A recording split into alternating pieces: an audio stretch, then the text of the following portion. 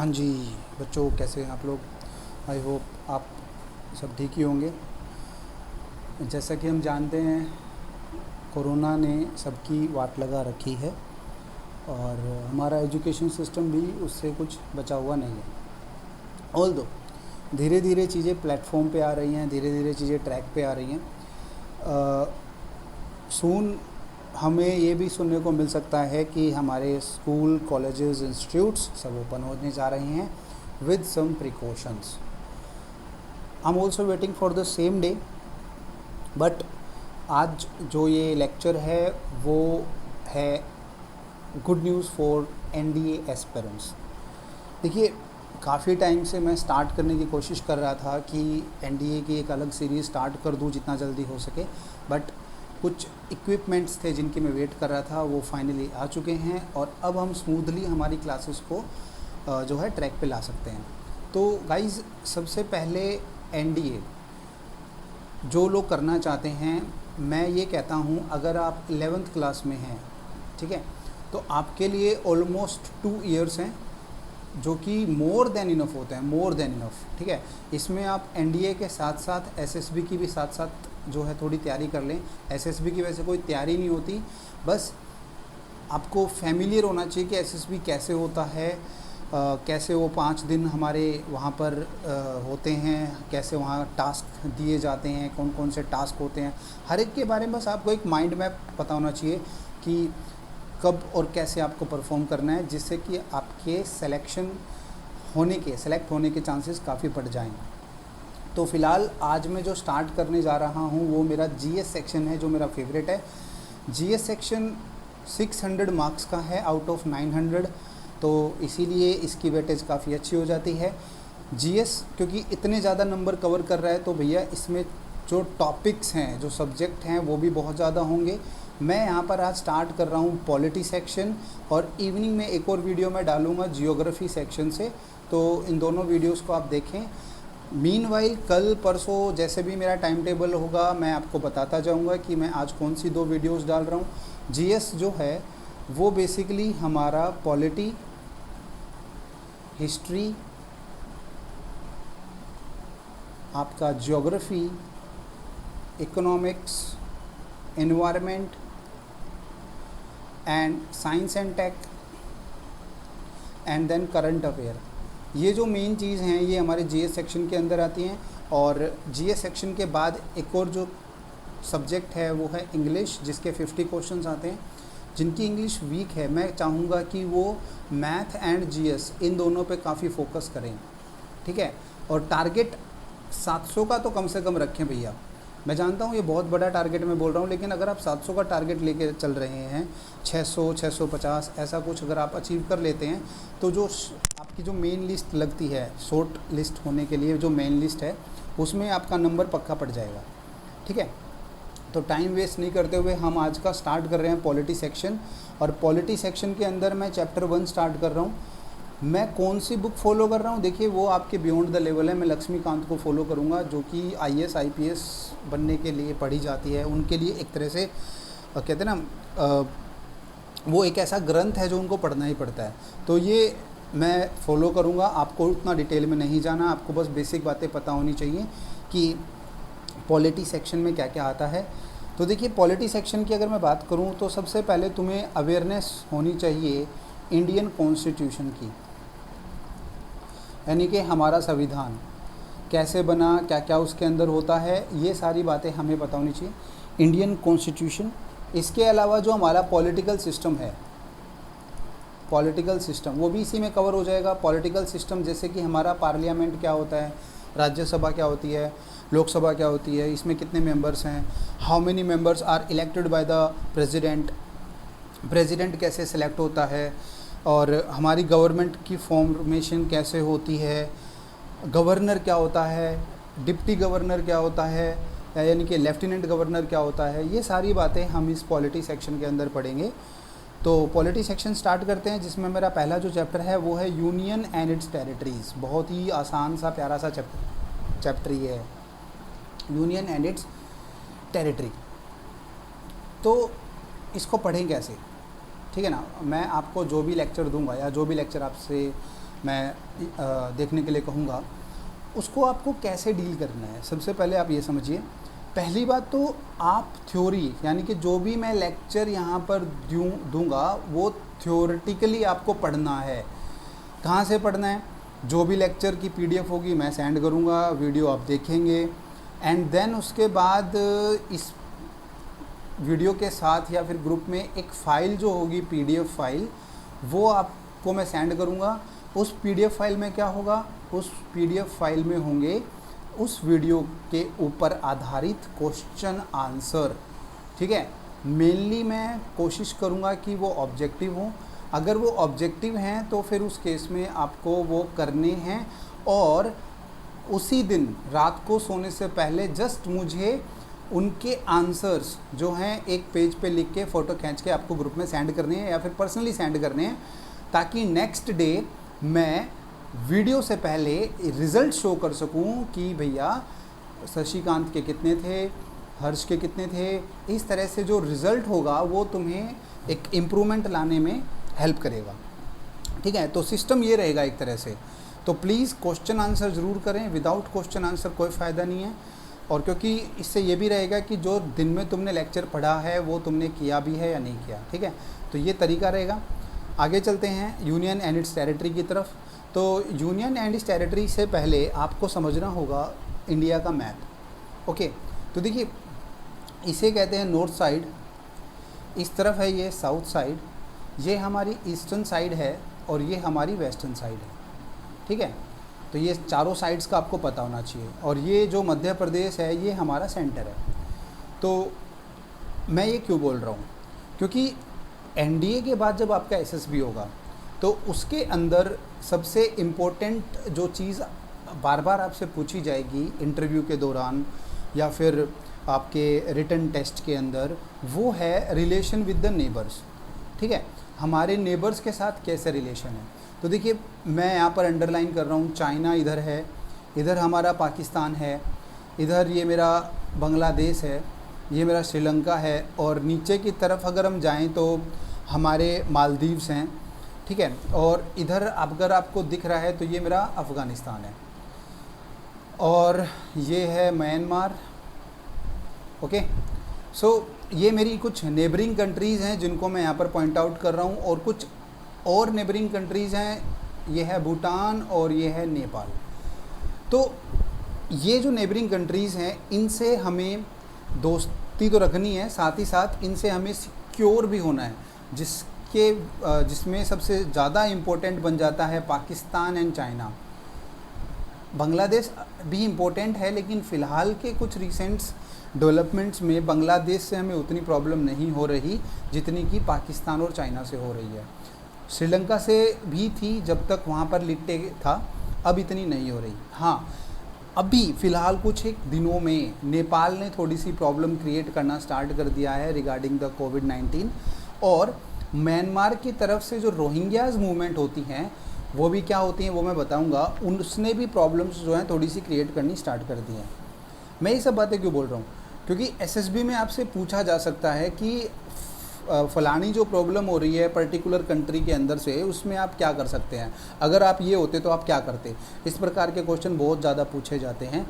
सो ये इंडिया है और ये इंडिया की कुछ नेबरिंग कंट्रीज़ हैं।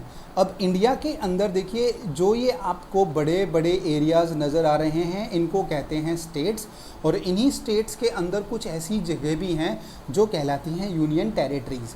तो स्टेट और यूनियन टेरिटरीज़ के बीच में क्या डिफरेंस होता है बता देता हूँ। देखिए स्टेट इंडिया के अंदर, देखिए पहले जब हमारा भारत जब आज़ाद नहीं हुआ था तो हमारा भारत जो है वो डिवाइडेड था। किस किस चीज़ में डिवाइडेड था?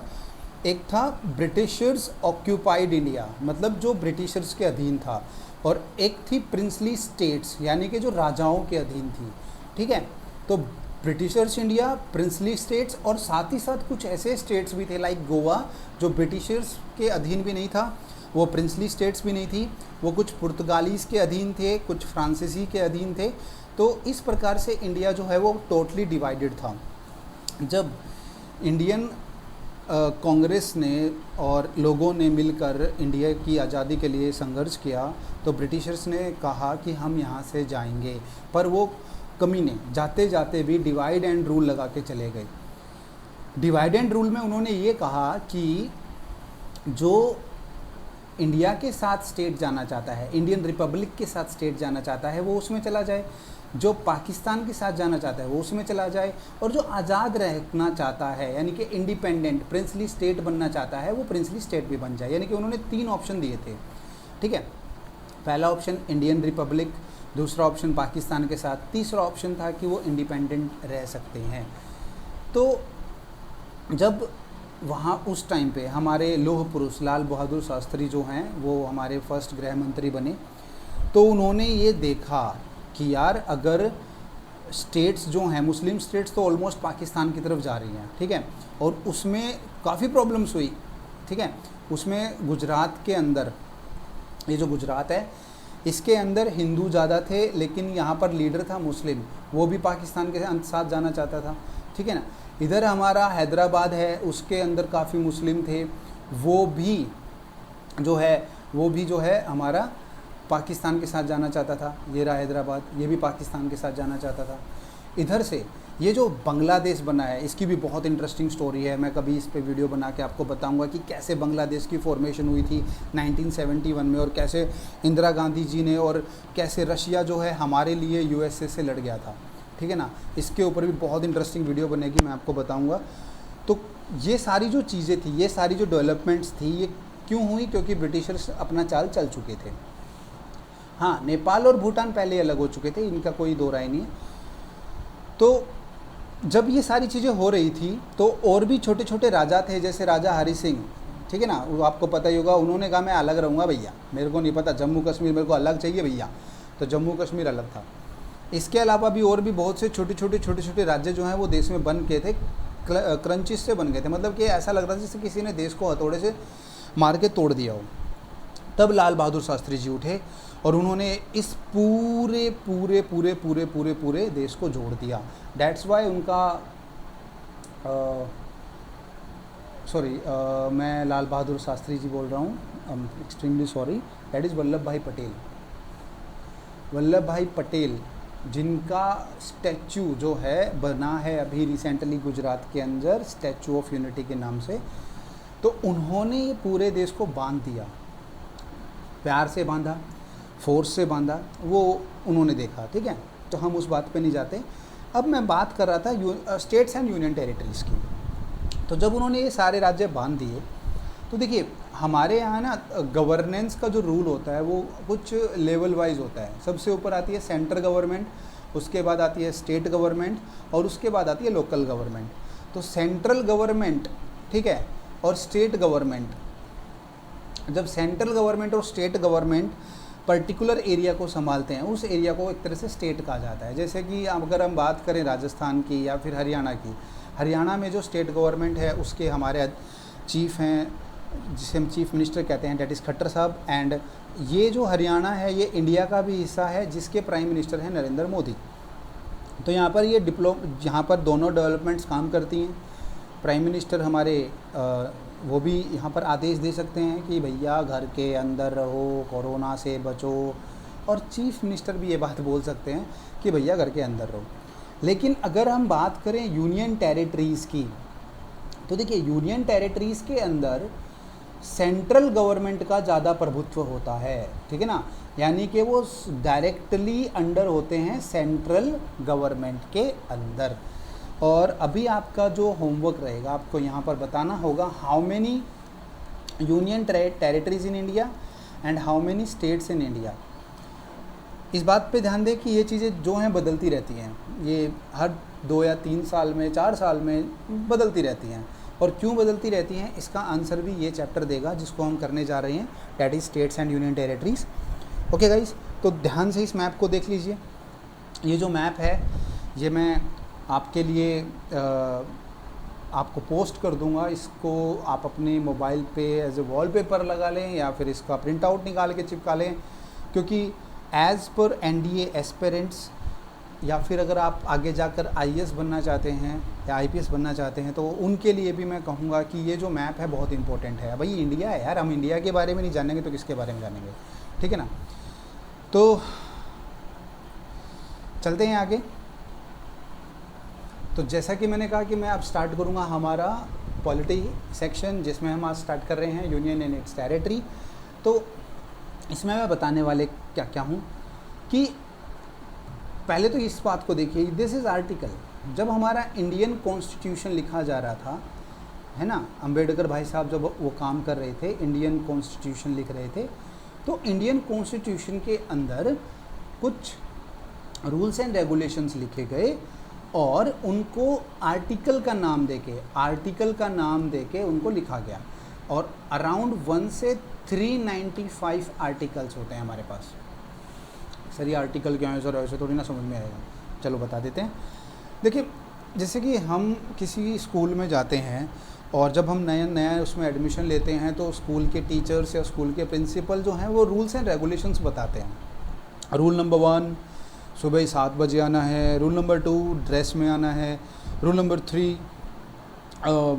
ये वाला बैग लेना है, रूल नंबर 4 हमारे यहाँ से बैग लेना है। तो वो अपनी एक रूल बुक बता देते हैं। कुछ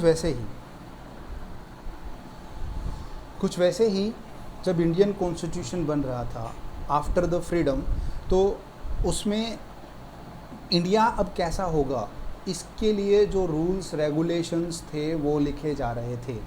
हमने जब कॉन्स्टिट्यूशन बनाया तो अलग अलग कंट्रीज़ से उनके कॉन्स्टिट्यूशन की अच्छी अच्छी बातें और बुरी बुरी बातें पढ़ के फिर बनाया, है ना। तो हम कह सकते हैं इस is the mixture of lots of constitutions in the countries of different countries, sorry.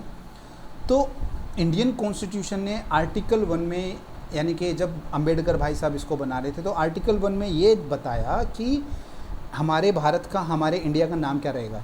इस पे भी एक इंटरेस्टिंग स्टोरी है।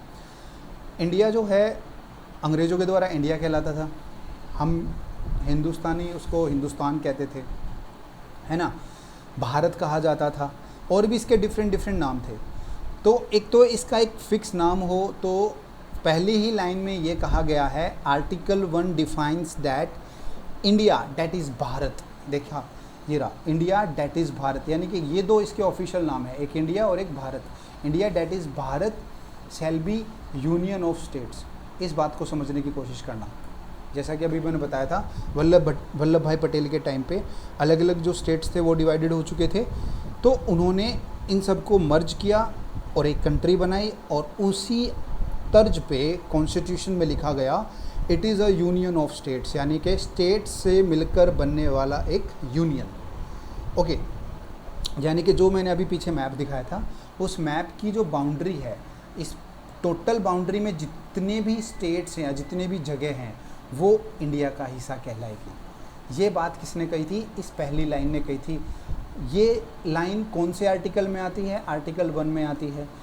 ऐसे क्वेश्चन पूछे जाएंगे, that India that is Bharat shall be of union of states, ऐसा किस आर्टिकल में लिखा गया है? That is article number 1। Okay, तो आर्टिकल 1 ये 2-3 बातें बोल रहा है।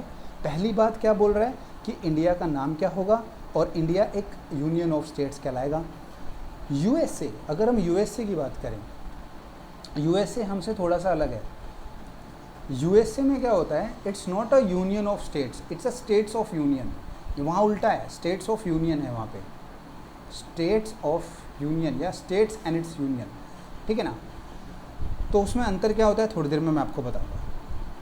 सेकेंड जो पॉइंट है यहाँ पर कि the states and the territories thereof shall be specified in the first schedule. अच्छा, ये स्केड्यूल क्या आ गया भैया? देखिए, कोई बड़ी जब बुक होती है तो हम उसको है ना डिवाइड कर लेते हैं डिफरेंट सेक्शन में, है ना। जैसे कि साइंस की बात करें तो स्टार्टिंग के 4 चैप्टर केमिस्ट्री के होंगे, फिर फिजिक्स के होंगे, फिर बायो के होंगे, है ना। तो इस प्रकार से हम उसको डिवाइड कर लेते हैं। इसी तरह से कॉन्स्टिट्यूशन हमारा बहुत बड़ा है, मतलब इनफैक्ट वर्ल्ड का लार्जेस्ट रिटन जो कॉन्स्टिट्यूशन है वो हमारा ही है, और ये हमारे लिए गर्व की बात है। तो इतना बड़ा होने के लिए, इतना बड़ा होने की वजह से हम उसको क्या करते हैं, डिवाइड कर लेते हैं डिफरेंट सेक्शंस के अंदर, और उन डिफरेंट सेक्शंस को कहते हैं स्केड्यूल। ये बात आपको समझ में आ गई होगी कि स्केड्यूल क्या होता है ना। तो स्केड्यूल फर्स्ट में ही जहाँ आर्टिकल फर्स्ट है, या फिर यूँ कहूँ 1 से लेके 4 आर्टिकल तक हमारे फर्स्ट स्केड्यूल के अंदर आते हैं, ठीक है। तो फर्स्ट स्केड्यूल में क्या है, ये भी है कि अभी फ़िलहाल इंडिया में यूनियन टेरिटरीज कौन कौन हैं और स्टेट्स कौन कौन से हैं।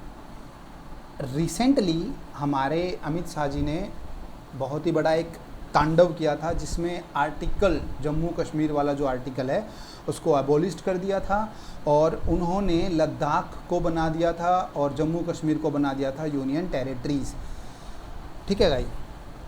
तो ऐसे में हमारी यूनियन टेरिटरीज़ कितने हो गए हैं, स्टेट्स कितने हो गए, मैंने आपको पहले ही आपको होमवर्क दे रखा है। हाँ, ये सारी चीज़ें भैया जो हैं पहले आर्टिकल में ही मेंशन है, ठीक है। The territory of India shall comprise, मतलब जो स्टेट्स हैं वो हमारी टेरिटरी के अंडर ही रहेंगे, ठीक है। तो इसके बाद आता है आर्टिकल 2, एडमिशन और इस्टेब्लिशमेंट ऑफ न्यू स्टेट्स। इसका मतलब क्या है, एडमिशन। सबसे पहले एडमिशन, यानी कि देखो एडमिशन का मतलब क्या होता है, जब भी आप किसी स्कूल में जाते हो नए बच्चे बन के, तो आप एडमिशन लेते हो ना भाई। तो इसी प्रकार से अगर कोई बाहर का राज्य, कोई भी बाहर का राज्य, जैसे कि पाकिस्तान का कोई राज्य है, परेशान हो रहा है पाकिस्तान से, वो चाहता है कि मैं इंडिया के अंदर चला जाऊं, तो वो जा सकता है, ठीक है ना। लेकिन उसके लिए सबसे पहले करना क्या होगा, पहले उसे पाकिस्तान से अलग होना पड़ेगा, पाकिस्तान से, ठीक है ना। देन उसके बाद वो इंडियन गवर्नमेंट को लेटर लिखेंगे कि हमें आपके यहाँ पे सम्मिलित कर लो। फिर इंडियन गवर्नमेंट पार्लियामेंट में उसके लिए एक कानून लेके आएगी, क्या हम उसको ले सकते हैं, तो अगर सब कुछ ठीक है तो ले सकते हैं। ये तो हो गई एडमिशन की बात कि भैया कोई बाहर की ज़मीन है या बाहर की जगह है, उसको अपने देश के अंदर लेके आना। नॉर्मली बहुत ज़्यादा टाइम से ऐसा कुछ हुआ नहीं है, ठीक है। लेकिन इस्टेब्लिशमेंट ऑफ न्यू स्टेट्स ये हो सकता है, यानी कि जो इंडिया के अंदर ही ऑलरेडी एक स्टेट है। जैसे कि मैं पहले की बात करता हूँ, हमारा जो यूपी होता था काफ़ी बड़ा होता था, बहुत ही बड़ा एरिया होता था यूपी का, और उसकी पॉपुलेशन भी बहुत अच्छी होती थी, यानी अभी भी अच्छी, बहुत काफ़ी ज़्यादा है। तो जो यूपी था उसमें एक ही गवर्नमेंट, एक ही स्टेट गवर्नमेंट होती थी, ठीक है, एक ही स्टेट गवर्नमेंट होती थी।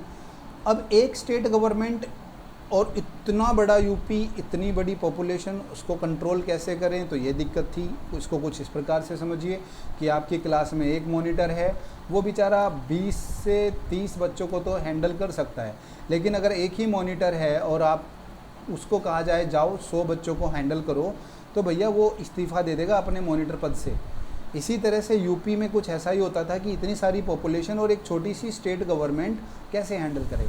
तो हम करते क्या हैं, हम उस यूपी को, हम नहीं करते, मतलब हमारी जो सेंट्रल गवर्नमेंट है जो पार्लियामेंट में बैठी है, उस यूपी को डिफरेंट सेक्शंस में डिवाइड कर देती है, ठीक है। डिफरेंट सेक्शंस में डिवाइड करने पर जो स्टेट्स नई निकल के आई, जैसे कि उत्तराखंड है ना, वो यूपी से निकला हुआ था, उत्तराखंड हो गया हमारा। इसी प्रकार से बिहार में से हमने झारखंड अलग कर दिया था, ठीक है। तो इस प्रकार से यूपी को अलग अलग स्टेट्स के अंदर डिवाइड कर दिया, या फिर यूँ कहें इनमें से हमने न्यू स्टेट्स निकाल दी। इसी प्रकार से आप जानते हैं 1971 के अंदर, 1 नवंबर 1971 के अंदर भी कुछ ऐसा ही हुआ था, जब पंजाब को 2 हिस्सों में डिवाइड कर दिया गया था। अच्छा, 2 हिस्सों में डिवाइड करने का कारण भी कुछ हो सकता है बेटा, बहुत ही इंपॉर्टेंट चीज़ है ये कि किस कारण से इसको अलग किया जाता है। ये तो डेमोग्राफिक रीज़न था कि भाई पॉपुलेशन ज़्यादा है, गवर्नमेंट इसको अच्छे से संभाल नहीं पाएगी, इसलिए उसको तोड़ दो। यहाँ पर था लैंग्वेज वाला रीज़न, पंजाब साइड जो है वो पंजाबी बोलते थे, इधर जो हैं ये हरियाणवी, हिंदी, इंग्लिश मतलब मिक्स हैं, तो इनको अलग कर दिया गया कि भैया लैंग्वेज के आधार पे हम अलग अलग होना चाहते हैं, ट्रेडिशंस के आधार पे अलग अलग होना चाहते हैं, तो अलग अलग हो जाओ, ठीक है। तो सेंट्रल गवर्नमेंट जो है वो अलाउ कर देती है कि ठीक है आप अलग हो जाओ। अभी अभी अभी अभी आंध्र प्रदेश और तेलंगाना थोड़े दिन पहले अलग हुए थे। तो इस प्रकार से जो स्टेट्स हैं वो अलग हो जाती हैं। सो नेक्स्ट आर्टिकल नंबर 2 और इसकी पावर्स के बारे में मैं बता रहा हूँ। आर्टिकल नंबर 2 में पहली बात यही है कि हम किसी नए राज्य को एडमिशन कर सकते हैं या फिर किसी ऑलरेडी राज्य को हम तोड़कर उसको नया राज्य बना सकते हैं। अब यहाँ पर बात है कि कौन करता है, ठीक है ना, और कैसे करता है। सर ये कैसे होता है, मतलब इतने बड़े राज्यों को हम कैसे तोड़ सकते हैं, कौन करता है? ऑब्वियसली हमारी सेंट्रल गवर्नमेंट करती है। और करती कैसे है इसको समझो। अब देखिए, पार्लियामेंट के अंदर कानून लाया जाता है, ठीक है, जो कि नई स्टेट को बनाने के लिए होता है, और उसके लिए कुछ कंडीशंस को फॉलो करना पड़ता है। कैसे? देखिए, मान लीजिए मुझे ये राज्य है, और ये राज्य जो है बहुत बड़ा है या कुछ भी है, तो यहाँ पर इनकी विधानसभा होगी, या फिर यूँ कहूँ, जो राज्य की जो सरकार होगी, जिसे मैं स्टेट गवर्नमेंट कहता हूँ, वो सेंट्रल गवर्नमेंट को कहेगी कि हमारे टुकड़े कर दो, या फिर हमें डिवाइड कर दो, सेंट्रल गवर्नमेंट को। सेंट्रल गवर्नमेंट जो है वो पार्लियामेंट बना देता हूँ। देखिए यहाँ पर ये पार्लियामेंट है, आपने ऐसे देखा होगा, यहाँ पे लोग बैठते हैं। तो पार्लियामेंट के अंदर इस चीज़ को लेके आएगी कि पर्टिकुलर स्टेट ने ये डिमांड की है, ठीक है। ये कब है? जब स्टेट चाहती है। बट अगर यहाँ पर गवर्नमेंट खुद चाहे तो भी वो कर सकती है। ये मैंने एक तरीका बताया कि पहले स्टेट गवर्नमेंट ने सेंट्रल गवर्नमेंट को कहा, देन सेंट्रल गवर्नमेंट उस पर वो लेके आई। ये था नीचे से ऊपर की तरफ आना। लेकिन ऐसा भी हो सकता है कि सेंट्रल गवर्नमेंट चाहती है कि भैया हम आपके स्टेट को 2 अलग अलग राज्यों में डिवाइड करना चाहते हैं, तो ये ऐसा भी हो सकता है। दोनों तरीके से हम किसी भी नए स्टेट को इस्टेब्लिश कर सकते हैं। तो सेंट्रल गवर्नमेंट जो है वो अब एक स्टेट लेके आ रही है। स्टेट लाने के लिए वो क्या करेगी? पहले यहाँ पर इस पार्लियामेंट में एक कानून लेके आएगी। अगर उस कानून को मान लिया गया, मेजॉरिटी ने मान लिया, तो वो आगे राज्यसभा में चला जाएगा। राज्यसभा में भी अगर उसे मंजूरी मिल गई तो वो प्रेसिडेंट के पास चला जाएगा, और प्रेसिडेंट अपने हस्ताक्षर के साथ उसको जो भी, मतलब 2 राज्य करनी है, 1 राज्य करना है, वो हो जाएगा, ठीक है। तो आई होप आपको ये बात समझ में आ गई। इस बात को ज़रूर याद रखना, स्टेट गवर्नमेंट भी चाह सकती है, सेंट्रल गवर्नमेंट भी चाह सकती है। स्टेट गवर्नमेंट अगर चाहेगी, मान लो 2 राज्यों में विलय होना चाहेगी तो हो सकता है। अगर सेंट्रल गवर्नमेंट 2 राज्यों को एक करना चाहेगी तो भैया वो बहुत है तो मुश्किल, क्योंकि कोई ना कोई स्टेट गवर्नमेंट मना कर देगी। लेकिन अगर वो ऐसा करना चाहती है तो इन दोनों स्टेट गवर्नमेंट ने अगर अलाउ कर दिया तो वो हो सकता है। वैसे ऐसा आज तक हुआ नहीं है कि 2 राज्य मिलके एक राज्य बन गए हैं। Okay, so next article number 2 में आपको बातें समझ में आ गई। आर्टिकल 2 में सबसे पहली बात थी कि हम किसी राज्य को एडमिशन दे सकते हैं या फिर कोई नया राज्य बना सकते हैं। कौन बनाता है ये भी आपको समझ में आ गया। देन हमारे पास आता है बच्चों आर्टिकल नंबर 3। कितने आर्टिकल हैं सर? बच्चा जी मैंने अभी बताया था 1 से लेकर 4 आर्टिकल हैं, ठीक है ना। और ये किसके अंदर आते हैं? शेड्यूल 1 के अंदर आते हैं। और ये क्या डील करते हैं? यूनियन एंड टेरिटरीज़ के साथ डील करते हैं, ठीक है ना, यूनियन एंड टेरिटरीज़ के साथ। तो ये बातें पता होनी चाहिए। अब आर्टिकल नंबर 3 क्या है? Formation of new states and alteration of areas, boundaries और नेम्स और एग्जिस्टिंग स्टेट्स। यस, ये जो एग्जिस्टिंग स्टेट्स हैं उनकी बाउंड्रीज़ को चेंज करना, उनके नेम चेंज करना, ये सारी चीज़ें आती हैं आर्टिकल नंबर 3 के पास। ऐसी डेवलपमेंट्स में अभी अभी रिसेंटली हमारे योगी साहब के ऊपर बहुत मीम बनी थी। उन्होंने इलाहाबाद का नाम प्रयागराज रख दिया था, और भी बहुत सी छोटी छोटी जो डिस्ट्रिक्ट्स थी उनका नाम बदल के उन्होंने कुछ और कर दिया था। यस, कर सकती है। स्टेट गवर्नमेंट के पास ये पावर होती है कि अपने राज्य के अंदर जो भी डिस्ट्रिक्ट्स हैं, जो भी जगह है, उनका नाम वो बदल दे। उसके लिए सिंपल वही बात है, उसे स्टेट के अंदर जो विधान परिषद है, जो विधानसभा है, ठीक है ना, दोनों अलग अलग चीज़ होती हैं, सॉरी, जो विधानसभा है उसके अंदर वो कानून लाना पड़ेगा कि भैया हम इसको चेंज करना चाहते हैं। विधानसभा के अंदर उसको मेजॉरिटी है सरकार को, तो वो उसको पास कर देती है और बस नाम चेंज हो जाता है, ठीक है।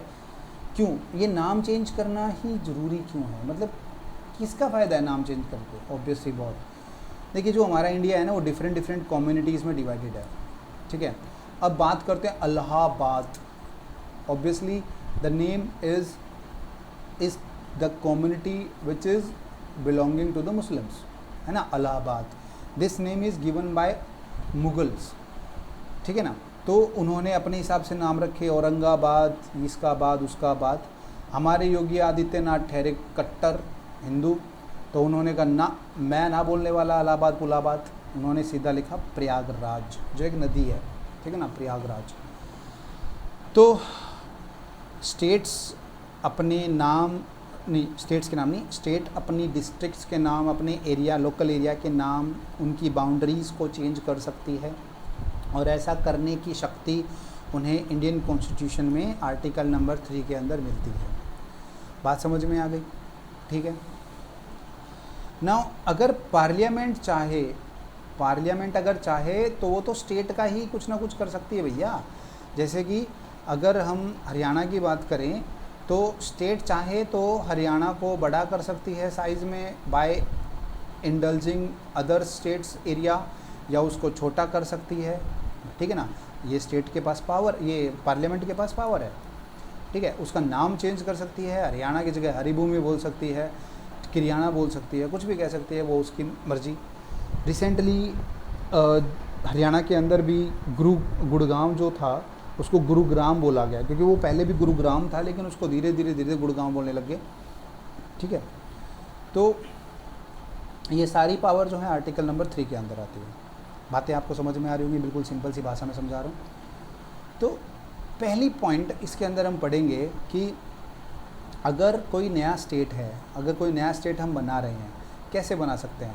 By the separation of 2 states और बाय यूनाइटिंग 2 स्टेट्स, ठीक है। वो दोनों काम हो सकते हैं और उसकी पावर आर्टिकल नंबर 3 से मिलती है। हम किसी स्टेट का जो है एरिया इंक्रीज़ कर सकते हैं, हम किसी स्टेट का एरिया डिक्रीज़ कर सकते हैं, हम किसी स्टेट की बाउंड्री चेंज कर सकते हैं, और हम किसी स्टेट का नाम चेंज कर सकते हैं। तो भैया इन पांचों चीज़ों को ना कोई शॉर्टकट की से याद रख लो, क्योंकि अब एनडीए के अंदर या फिर और किसी कंपटीशन में हमसे ये नहीं कहा जाएगा कि किस किस काम के लिए आर्टिकल 3 होता है। पूछा जाएगा article 3 is suppose to be dedicated for what, तो उसमें 4 ऑप्शन होंगे, ठीक है ना। 4 ऑप्शन में से एक ऑप्शन सेलेक्ट करना बहुत आसान है, लेकिन हमसे कहा कि नॉट डेडिकेटेड फॉर, तो उसमें 3 तो सही ऑप्शन होंगे, चौथा ऑप्शन जो गलत ऑप्शन है उसको निकालना थोड़ा सा मुश्किल होगा। डेट्स वाई मैं चाहूँगा कि आप लोग इसकी कोई शॉर्टकट ट्रिक बना लें। तो पहला जो ऑप्शन है कि हम स्टेट को सेपरेट कर सकते हैं, यूनाइट कर सकते हैं, यानी कि तो स्टेट को तोड़ सकते हैं, स्टेट को जोड़ सकते हैं, ठीक है। एरिया बढ़ा सकते हैं, घटा सकते हैं, बाउंड्री को बढ़ा सकते हैं, घटा सकते हैं, और नेम को चेंज कर सकते हैं, ठीक है। स्टेट तोड़ा जोड़ा, एरिया घटाया बढ़ाया, बाउंड्री घटाई बढ़ाई, और नेम ऊंचा कर दिया, ठीक है। मेरी तरफ से एक छोटा सा है, आप अपनी तरफ से कोई भी फ़नी इसकी शॉर्टकट ट्रिक बना सकते हैं। स्टेट तोड़ा मरोड़ा, एरिया घटाया बढ़ाया, बाउंड्री छोटी की बड़ी की, और नेम जो है ऊंचा कर दिया। तो बेसिकली ये 5 चीज़ें हैं जो आर्टिकल नंबर 3 के अंदर आती हैं। आर्टिकल नंबर 2 और आर्टिकल नंबर 3 में क्या अंतर है? आर्टिकल नंबर 1 जो हमारे बाहर की जगह हैं वो उनके साथ हम डील करते हैं। अगर कोई बाहर की जगह यानी कि बाहर का राज्य अगर हमारे देश में आना चाहता है तो वो आ सकता है, पार्लियामेंट के पास उसकी पावर है, लेकिन उसके लिए बहुत ही लंबा प्रोसीजर होता है क्योंकि वहाँ पर और भी कंट्रीज़ इन्वॉल्व हो जाती हैं। इसके अलावा जो आर्टिकल नंबर 3 है वो हमारे इंटरनल स्टेट्स के साथ डिस्कस करता है। इंटरनली जो है किसी स्टेट को तोड़ना है, उसका एरिया बढ़ाना है, घटाना है, उसकी बाउंड्रीज़ को ऊपर नीचे करना है या फिर उसका नेम चेंज करना है, तो ये आर्टिकल नंबर 3 हमारा करता है। ठीक है भाई, तो आगे चलते हैं हमारे लास्ट आर्टिकल के पास, that is article number 4। Sir इसमें तो बहुत कुछ लिखा हुआ है सर। घबराओ मत भैया, हम सब आपको समझा देंगे। तो आर्टिकल नंबर 4 जो है वो क्या काम करता है? ठीक है, आर्टिकल नंबर 4 तो जो लॉज आर्टिकल 2 और आर्टिकल 3 में बनाए गए थे, ठीक है ना, उनको चैलेंज कर सकता है हमारा 4th आर्टिकल। ठीक है ना, यानी कि any law refer to the article 2 article 3 shall contain such provisions for the amendment of the first schedules in the fourth schedule as may be necessary to give effect to also contains such supplemental and consequential provisions as parliament may deem necessary। यानी कि एक तरह से इलाज, यानी कि मान लो state government या सेंट्रल गवर्नमेंट अड़ गई कि मुझे तो ये चेंजेस करने ही करने हैं, लेकिन वो चेंजेस करने से कुछ नेगेटिव इम्पैक्ट आ सकते हैं हमारे यूनियन पर, तो उसको रोकने के लिए ये आर्टिकल जो 4 है ये बनाया गया है। ठीक है, आर्टिकल 4 बस ये है कि भाई कोई भी ऐसे लॉज नहीं थोपे जाएंगे, ठीक है ना, for the purpose of article 368। ये आर्टिकल 368 कहाँ से उठ के आ गया, मैं इसके बारे में बाद में बताऊंगा क्यों आर्टिकल 368 यहाँ पर इम्पोर्टेंट हो जाता है। तो बस आपको इतनी बड़ी रामकथा याद नहीं करनी, आपको बस इतना समझना है कि ये एक तरह से सिक्योरिटी प्रोवाइड करता है स्टेट गवर्नमेंट को भी, सेंट्रल गवर्नमेंट को भी, कि भैया जो आप आर्टिकल 2 और 3 के अंदर तोड़फोड़ मचा रहे हो ना, वो अगर गलत है तो आप रुक जाओ, क्योंकि आपको रोकने की शक्ति भी हमें कौन दे रहा है, आर्टिकल नंबर 4। ठीक है, ऑब्वियस सी बात है, सुप्रीम कोर्ट आएगा भैया उसके बीच में, समझा देता हूँ। देखिए, एक होता है पार्लियामेंट, ठीक है ना, एक होता है प्रेसिडेंट और एक होता है सुप्रीम कोर्ट। ये तीनों सेम लेवल पे हैं भाई। अगर पार्लियामेंट कोई चीज़ बिगाड़ेगा तो उसको रोकने की शक्ति प्रेसिडेंट और सुप्रीम कोर्ट के पास है। हाँ, ये अलग बात है कि प्रेसिडेंट हमारे गवर्नमेंट का एक हिस्सा होता है, तो अक्सर उनको पार्लियामेंट यानी कि जो हमारी सरकार है उसकी बात माननी पड़ती है, तो इसीलिए सुप्रीम कोर्ट का दरवाज़ा हम खटखटाते हैं। ये बिल्कुल इंडिपेंडेंट बॉडी है, बिल्कुल इनसे अलग है। तो कोई भी दिक्कत होती है, जैसे कि आर्टिकल 371 की बात आई थी, तो जम्मू कश्मीर पहुंच गया था सुप्रीम कोर्ट के अंदर, ऑब्वियसली पहुंचेंगे ही। कोई भी बात होती है हम पहुंच जाते हैं सुप्रीम कोर्ट के अंदर। ठीक है, फिर सुप्रीम कोर्ट के अंदर बेंचेस होते हैं, बेंचेस का मतलब लकड़ी वाले बेंचेस नहीं, कोर्ट्स होते हैं जहाँ पे जजेस बैठते हैं। वो जजेस के जो पैनल होते हैं उसे कहते हैं बेंचेस। ठीक है, तो वो डिसीजन लेते हैं कि इज़ दिस राइट और नॉट। उसमें वो कॉन्स्टिट्यूशन को ज़रूर देखते हैं कि क्या ये कॉन्स्टिट्यूशनली सही है या नहीं है। ठीक है, तो ये सारा जो सिस्टम है, पॉलिटिकल सिस्टम, आपको थोड़ा थोड़ा समझ में आ रहा होगा। तो यही आर्टिकल नंबर 4 जो है सुप्रीम कोर्ट को पावर देता है कि भैया आपने इलीगली इसके टुकड़े कर दिए स्टेट के। कई बार क्या होता है, गवर्नमेंट अपने फ़ायदा करने के लिए तोड़ देती है, तो भैया वो इलीगली जो टुकड़े हैं वो चलेंगे नहीं, तो उसको सुप्रीम कोर्ट रोक लेता है। ठीक है, तो गाइज़ आज के पॉलिटी सेक्शन में हमने 4 आर्टिकल पढ़े हैं, आर्टिकल 1 से लेके आर्टिकल 4। क्वेश्चंस के आधार पे अगर मैं कहूँ तो आपको जस्ट ये पढ़ना है, ओवरव्यू सा पढ़ना है कि कौन से स्केड्यूल में है, आर्टिकल 1 के पास क्या पावर है, मतलब क्या पावर देता है, आर्टिकल 2 क्या पावर देता है, आर्टिकल 3 क्या पावर देता है, और उसके बाद 4 क्या पावर देता है। ठीक है ना, 3 और 4 ये क्या पावर जो है देते हैं गवर्नमेंट्स को या फिर सिटीजन को। ठीक है, और एक होमवर्क मैंने आपको दिया था कि इंडिया के अंदर फ़िलहाल कितने यूनियन टेरिटरीज़ हैं और कितनी स्टेट्स हैं, तो प्लीज़ इन सब के बारे में आप देख लीजिए। ठीक है, और मिलते हैं इवनिंग ज्योग्राफी की जो वीडियो है उसके साथ। आई होप आपको इसमें से मज़ा आएगा। अगर आपको कोई बात ना समझ में आई हो तो प्लीज़ आप मुझे टेक्स्ट कर सकते हैं मेरे नंबर पे। My number is 9870183765। ठीक है, ये मेरा नंबर है, आप इस पर मैसेज कर सकते हैं। This is also my WhatsApp number. तो इस पे जाके आप मुझे मैसेज करें अपने डाउट्स, और उसके बाद मैं उनको शॉर्ट आउट करूँगा। अच्छा, एक बात और गाइस कि जब तक नेटवर्क प्रॉब्लम है या कोविड-19 की प्रॉब्लम है, मैं कुछ लेक्चर्स जो हैं ऑनलाइन डालूँगा, यानी कि यूट्यूब पे डालूँगा। बाकी जो है मैं अपना अभी जूम एप्लीकेशन पे ही कंटिन्यू करूँगा। ठीक है, टाइमिंग्स जो है मैंने बता रखी हैं ग्रुप्स में कि क्या क्या टाइमिंग्स हैं क्लासेस की, तो आप प्लीज़ उस टाइम पे ऑनलाइन मिलें। हाँ, कुछ बच्चों की प्रॉब्लम जेन्युइन है, उनके घर में नेटवर्क नहीं आता या फिर नेटवर्क की प्रॉब्लम है, तो भाई तो जितना दिन हो सका मैं आपके लिए यूट्यूब पे डालूँगा। उसके बाद देखिए आपको थोड़ा मेंटेन करना पड़ेगा। So thank you guys, thank you so much. Please पढ़ो, कुछ करो यार, अभी घर पे हो तो कुछ तो करो। ठीक है, चलिए मिलते हैं।